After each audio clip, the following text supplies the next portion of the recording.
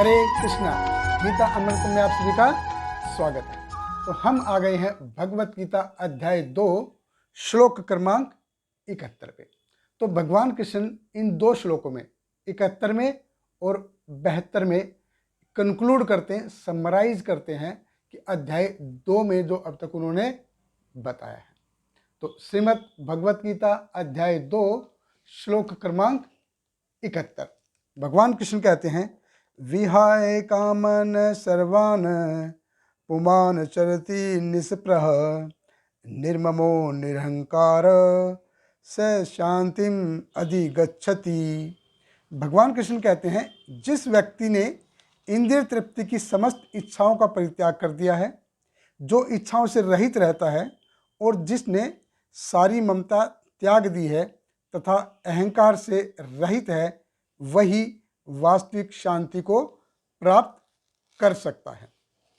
तो भगवान कृष्ण एक्चुअली 4 चीज़ों के बारे में बता रहे हैं कि जिस व्यक्ति ने इंद्रिय तृप्ति की समस्त इच्छाओं का परित्याग कर दिया है, जो इच्छाओं से रहित है, जिसने सारी ममता त्याग दी है और तथा अहंकार से रहित है। 4 चीज़ों के बारे में बता रहे हैं, लेकिन बेसिकली इनको 2 में क्लब किया जा सकता है, क्योंकि इंद्रिय तृप्ति की इच्छाएं बेसिकली इच्छाएं ही है, बेसिकली डिजायर ही है। और सेकंड है सेंस ऑफ प्रोप्राइटरशिप, यानी कि मैं और मेरा, निर्मम निरअहंकार। निरअहंकार ये कैसे आता है? अहंकार की वजह से, फॉल्स ईगो की वजह से ये मैं और मेरा का भाव आता है। तो बेसिकली इच्छाएं और अहंकार, यानी कि प्रोप्राइटरशिप, इसके बारे में बताते हैं। तो भगवान कृष्ण कहते हैं अर्जुन को कि हे अर्जुन, तुम इन 2 प्रॉब्लम को टैकल कर लो, बाकी सब ठीक है, बाकी सारा ठीक है।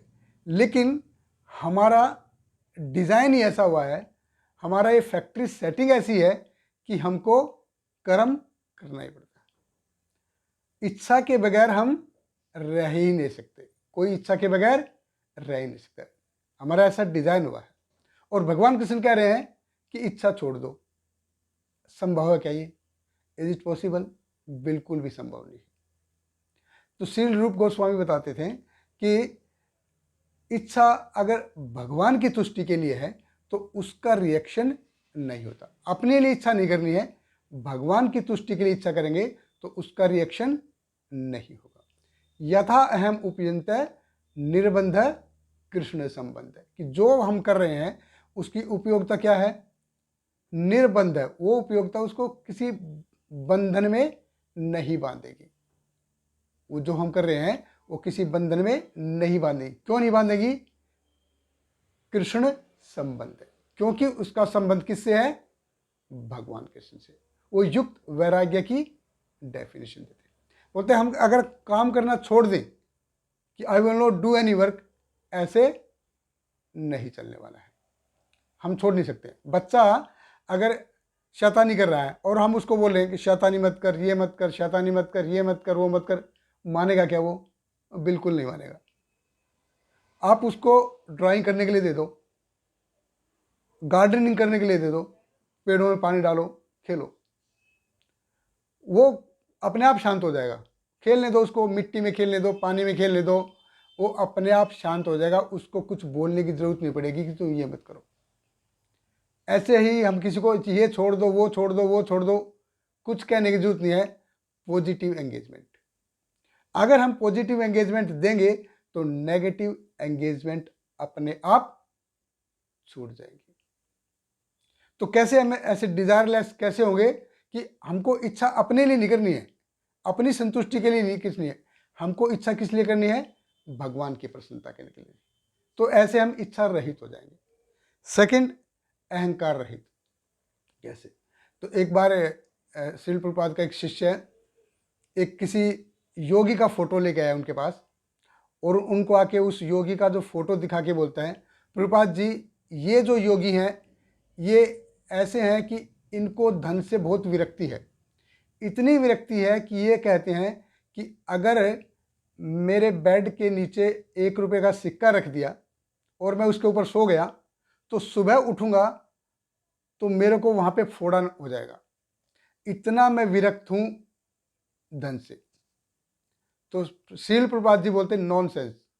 आप मेरे को 10,000 रुपए दो और उनको गिनते हुए मेरा फोटो क्लिक करो, कुछ नहीं होगा। क्यों? क्योंकि मैं ये अपने लिए यूज नहीं कर रहा हूं। मैं किसके लिए यूज कर रहा हूं? भगवान की सेवा के लिए। ईशावास्यम इदम सर्वम। मैं ये सारा भगवान की सेवा के लिए यूज कर रहा हूं। तेन तक्तेन बुद्धिता। मेरे को इसमें कोई रस नहीं है। एक जो डिवोटी है उसको जो कुछ मिल रहा है ये सब किसके लिए है? वो भगवान की सेवा के लिए उसको यूज कर रहा है। उसमें इसको कोई ऐसा कोई उसमें रस नहीं है। वो उसके ऊपर अपना प्रोप्राइटरशिप नहीं जमा रहा है, वो उसके ऊपर अपना अधिकार नहीं जमा रहा है। वो उसमें से सिर्फ उतना लेता है जितना उसकी बेसिक रिक्वायरमेंट है। तो ऐसे आदमी विदाउट प्रोप्राइटरशिप रह सकता है। श्रीमद् भागवतम में एक बहुत सुंदर श्लोक आता है, काम आदि नाम कतिन कतिधा पालित दुर्निदेशांत तेषाम जातमयी न कृपा न कृपा न उपशांति। काम आदि नाम, काम क्रोध मद मोह लोभ मत्सर्य कतिन कतिधा पालित दुर्निदेशांत। कितने लाखों करोड़ों जन्मों से मैं उनके दुर्निदेशों का पालन कर रहा हूं।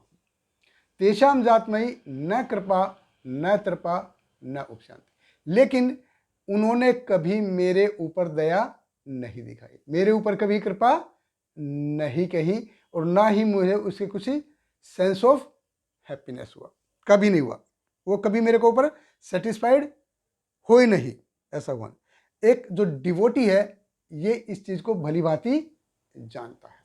जो एक भक्त वो इसको पूरा अच्छे से जानता है, और ऐसे वो अपने इच्छाओं को और अपने अहंकार को दोनों भगवान की सेवा में लगाता है, और ऐसे वो भौतिक इच्छाओं से रहित और अहंकार से रहित हो जाता है। बहुत बहुत धन्यवाद। हरे कृष्णा। हरे कृष्णा कृष्ण कृष्ण हरे हरे, हरे रामा राम राम हरे हरे।